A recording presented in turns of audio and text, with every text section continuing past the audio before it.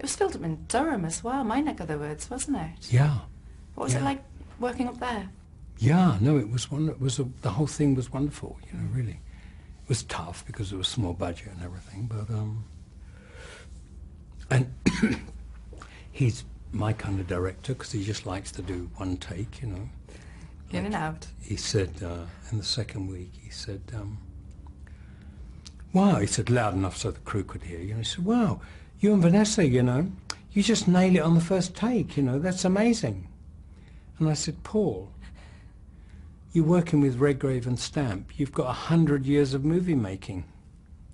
And then I looked at her, I said, actually, it's 101, you know, we both sort of laughed. And all the crew like, 100 years, you know. But it was a fact. For you, I mean, as well as the kind of the musical side of the film, it's very much a story about relationships, isn't it? And the one that really fascinated me was actually between yourself and Ecclestone, who plays your son in the film. That was quite, again, another emotive storyline there, wasn't it? Well, it was very...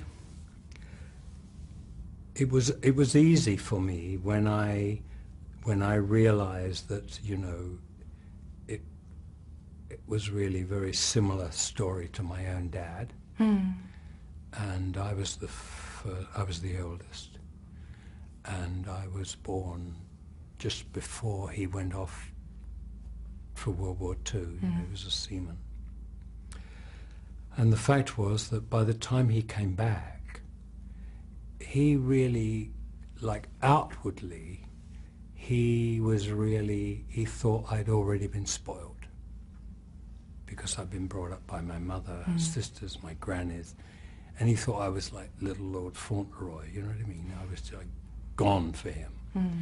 And so, but I also, as I got older, I realized that I was a rival. I was a rival for my mother's time, and I was a rival for my mother's affections, and so that's how I kind of related. And once I decided that, it made everything very easy, because it wasn't that I didn't love the Christopher Ecclestone character, it's just that he was a rival. Your old flatmate, Sir Michael Caine, and I interviewed him not so long ago, and I was saying, you know, how long are you going to continue doing this for? And he said, well, darling, this business retires you, you don't retire. And just on the subject of kind of OAPs, and as you get older in this business, do you agree with him, and where do you see yourself going? Sir Michael. Got a sort of ring to it, hasn't it? Do you call him that?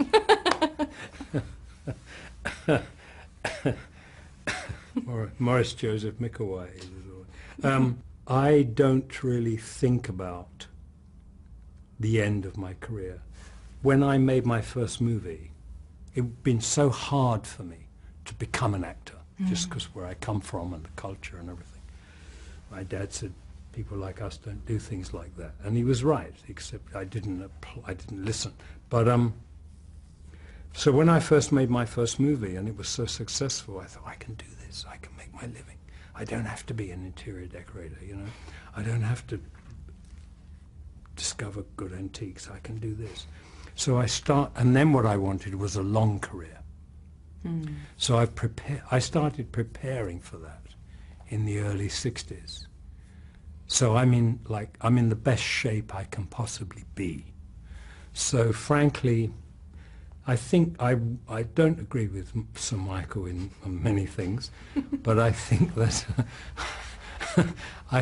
the business is going to have to give me up. I've got that in common with Sir Michael.